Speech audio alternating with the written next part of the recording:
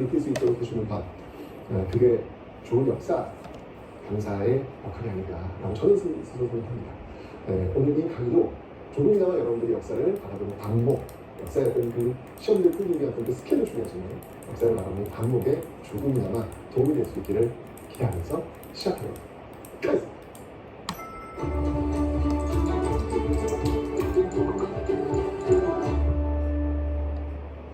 사실 경제하고 사회파트는요, 늘 얘기했지만 한국사회공동체에서 그렇게 많이 다루는 부분은 아닙니다. 너무 걱정하지 마세요. 특히 조선 전쟁 더더군다나 시험들이 나오는 파트가 있다면 조선 후기 파트가 나오고, 자, 한번 어떻게 돌아가는지 시스템 정도만 기억하시면 될 것 같아요.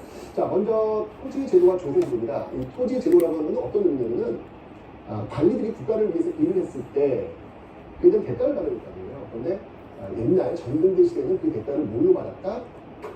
토지를 받았다. 그 이야기입니다. 그러니까 쉽게 얘기하면 토지 제도 이 파트의 의미는 전근대 공무원들은 어떻게 돈을 받았을까요? 공무원 월급은 무엇일까요? 이거예요.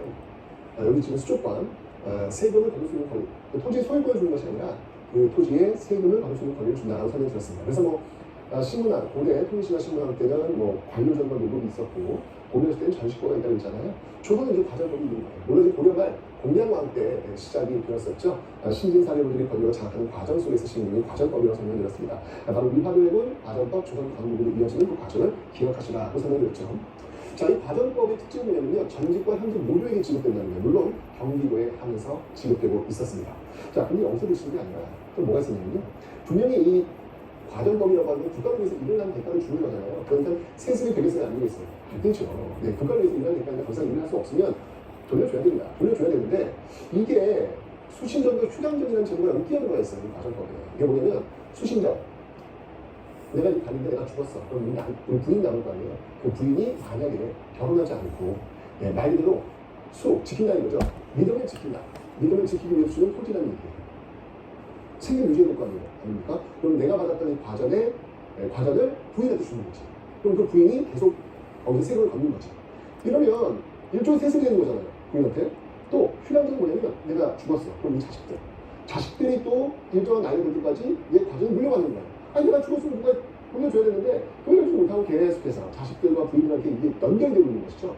자, 이렇게 세습이 되어버리니, 자 보세요. 시간이 지나가면서 어떤 일이 벌어질까? 아니 새로운 관리들을 들어올 텐데 점점 이런 식으로 되면 토지는 부족해질 수밖에 없는 거예요. 그래서 이 문제를 해결해야 될 거 아닙니까? 이 문제를 해결하기 위해서 만든 게 바로 배웠어요. 세조 때 특전법이다 라고 이야기했습니다. 직전법은 뭐냐면요, 말 그대로 현직 대변을 주는 겁니다. 그리고 수신자와 휴양전은 없애버립니다. 그래서 토지조 문제를 해결하기 위해서 세조 때 특전법을 시행하겠다. 그러니까 내가 일할 때만 국가로부터 세금을 받는 것이죠. 토지를 받는 것이죠. 이렇게 직전법. 성년 때 오는 게 관수 관급제. 이게 무슨 문제가 있냐면, 내 관리야. 내가 퇴직하면 받을 수가 없어. 그러면 어떤 일이 벌어지냐면 내가 현지에 있을 때 더 많이 끌어가는 건 말이야.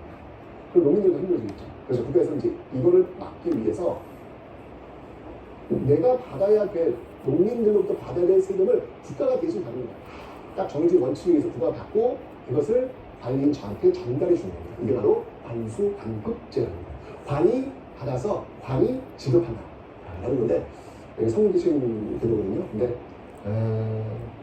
복잡해요. 이게 굉장히 복잡해서 나중에 아예 직전법이라고 하는 제도, 이게 관수관급은 직전법에 변형된 양식이잖아요. 아예 직전법이라고 하는 제도를 없애버립니다. 영종 때. 그러면서 녹봉을 전면적으로 실시하면서 관리해주는 수조권 제도는 이제 소멸이 되더라. 그러니까 우리가 이제까지 공부했던 뭐 관료전, 노급, 전식과 과전법, 직전법의 역사가 영종 때 종료가 된다. 이렇게 보시면 되는 거예요. 그래서 이제는 녹봉 체제. 사실 지금 우리 공무원들 받는 게 돈이잖아요. 월급 현금 맞잖아요. 이 당시 이게 거의 현금. 돈, 이런 것들이 하게 되는 것이죠. 그래서 이런 모습들이 영종 때부터 지금까지 이어지게 된다. 이제 공무원들이 토지를 받는 일은 이제 없는 것이죠. 이런 것들이 지금 영종 때부터 나오는 모습들. 요게 이제 토지 제도의 어떤 역사. 여기서 그 포인트는 여기는 세조입니다. 세조 그 직전법을 시행한다. 이게 이제 세조의 어떤 시작으로서 나오고 있는 그런 행정제도입니다. 그렇죠? 자, 다음은요. 중간 제도입니다. 이건 이제 백성들이 국가에 있는 세금이에요. 백성들이 국가에 있는 세금, 이 제도가 어떻게 이루어졌느냐.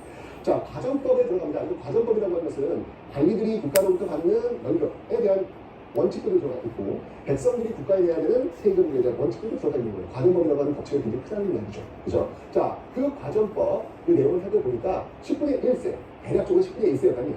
내가 생산량의 10분의 1 정도 되는 건데 맥시멈 30분까지 1일간에 30분 내가 그런 시스템이었다. 그런데 세종대가 되면 이제 공법 시스템이 바뀝니다. 이 공법이 뭐냐면 전문용법과 연문부등법이라는 건데 쉽게 얘기하면 세종이냐 이 공법은 세금을 거두는 기준을 좀 더 세분화시킨 거예요. 그러니까 토지의 비율을 따라서 6등급을 나눴고 그 해의 품목에 따라서 9등급이 나누는 거예요. 그러니까 경우의 수가 몇 개가 나와요? 6도 54가 나올 수 있겠죠. 그래서 세분화시켜가지고 좀 더 세금을 합리적으로 거두겠다라고 하는 방식에서 이 공법이라는 것들을 시행하고 있더라. 근데 결과적으로 가정법에서 공법을 넘어오면서 세금을 거두는 양은 좀 줄어들었습니다. 여기서 맥시멈이 30%라고 했잖아요. 공법에서는 20%. 좀 줄어들잖아요. 그죠? 네.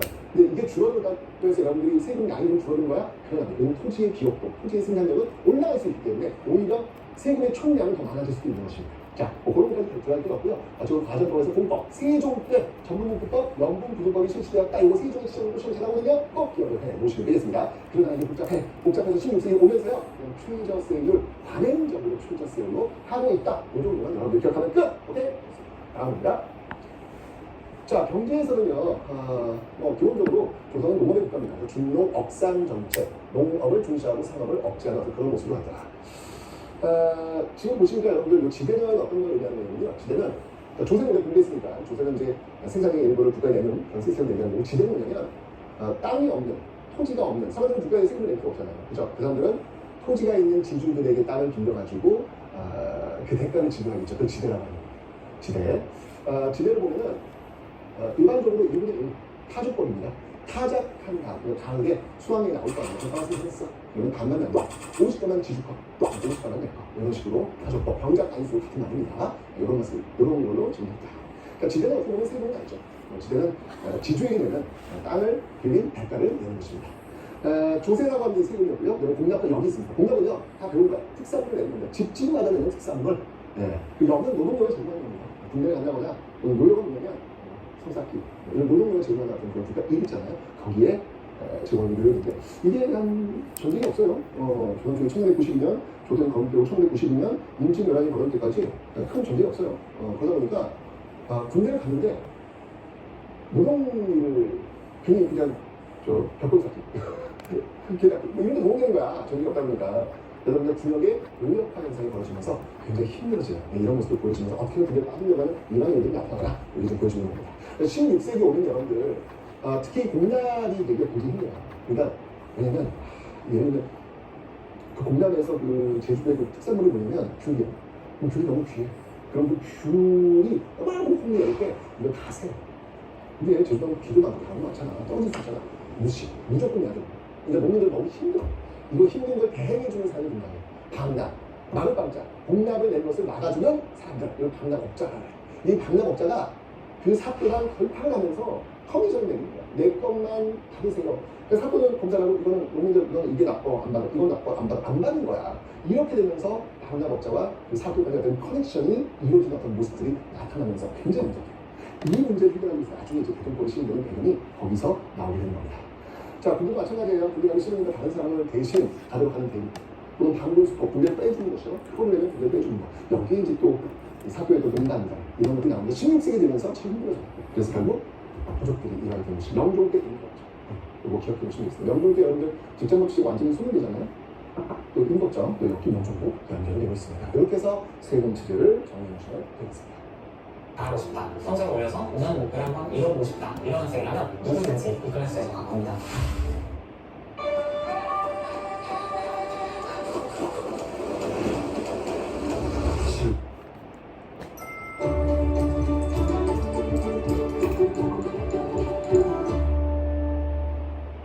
자, 이제 상위체제입니다. 상위체제. 자, 조선의 신분제도 볼게요. 양반, 중인, 상인, 천인 이렇게 이루어져 있고요. 일반적으로 양인이라고 하면 경북대전에서 과거에 응시할 수 있다. 그 양인에 해당하는 사람은 양반, 중인, 상인. 요 사람들은 원칙적으로 시험, 과거 시험을 볼 수 있는데 실질적으로는요.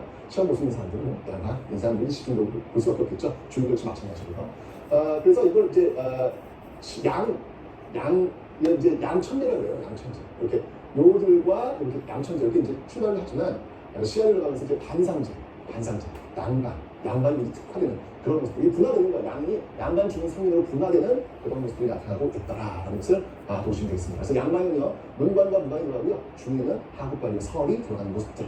상민에는요, 신량역천 해가지고 이 사람들도 어떤 사람은 신은 양인데 하는 일은 천한 이런 사람들도 여기 상을 들어갑니다. 공주, 공화국인 사람들, 뭐 노정이 힘들어. 그래서 신량, 역천에 해당하는 사람들. 천민이요, 역시 고려시대 마찬가지로 천민이 노비의 학수입니다. 네. 그리고 백정도 여기 들어간다. 고려의 백정은 신분이 상민, 양민이 들어갔죠. 그러면 조선 백정이 이렇게 천민이 들어간다. 이 정도만 기억해 보시면 되겠습니다.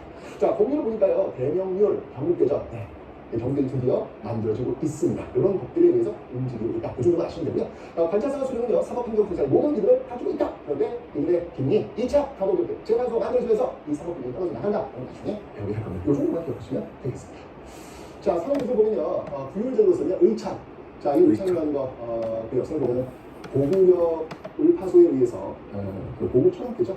그때 이제 전도법 시행돼가지고 고려 토지 왕건대 흑창, 그리고 성공대 을창, 그리고 저걸 이어지는 계속 이어지고 있죠. 상평창, 그리고 이 부황천오라고 하는 거, 이런 것들 배고플 때 어떻게 하면 살아남을 수 있을까, 뭐 이런 것들을 적은 그런 책. 이것도 이제 명종 때 나오고 있습니다. 기억해 주시면 되고요. 그 다음에 이제 의료로 동서 대비원, 희민국, 재생원 이런 것들이 지금 있고요. 동서 할인서, 이런 의료민들, 여기저기 다니는 사람들, 그래서 관련은 의료민이 발견했다. 이 정도만 기억하시면 되겠습니다. 이런 어떤 시스템을 통해서 좀 안정화를 이루려고 하는 어떤 모습들 보이고 있고요. 통제하는 모습도 있어요. 아니면 국가적인 통제, 호패, 소송기죠, 오가자통, 사족들은 또 향약이라는 걸 통해서 농민들을 통제하는 국가의 통제 방식, 사족들 통제 방식 이런 것들이 있다. 이런 걸 봐주시면 되겠습니다. 자, 그러면서 지금 보시니까 통제 방식을 좀 더 보자는 이야기예요. 보면 이렇게 나와요.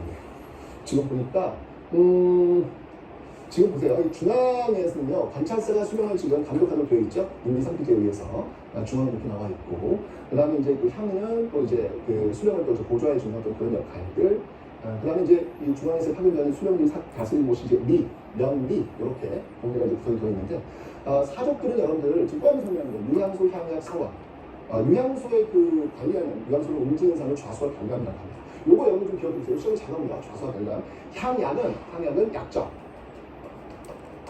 이런 사람들이 로고도 관련하는 그런 역할들이거든요. 잘 기억해 주시고, 유향소는 향초명이고, 그래서 여러분을 형성하는 곳이다. 그래서 여기 이제 들어오는 그 리스트, 이 사람들 지금 그 마을의 사족들, 양반들 되겠죠. 이런 내용들, 향약과 서원. 서원은 여기 인지 양성을 하고 제사를 지키는 그런 기구다. 그거 기억하시면 되겠습니다. 그리고 5집을 묶어가지고 서로 감시하도록 만드는 오가자토. 향부는 옛날에 이제 고려시대 때는 이제 그 불교 조직으로 시작했다가 이제 자치 조직으로 발전하는 그런 모습들이 조선시대까지 이어지고 있더라. 둘의 농사를 지으니까요. 이런 모습들. 이렇게 해서 여러분들 깔끔하게 사회까지 기억해 보시면 되겠습니다. 어렵지 않죠? 경제와 사회 파트는요, 그렇게 뭐 중요한 부분들이 아닙니까? 이런 것들이 이제 보시면 어떻게 이어지는지 그 내용들을 연동하시면서 보시면 되겠습니다. 여기까지 끝!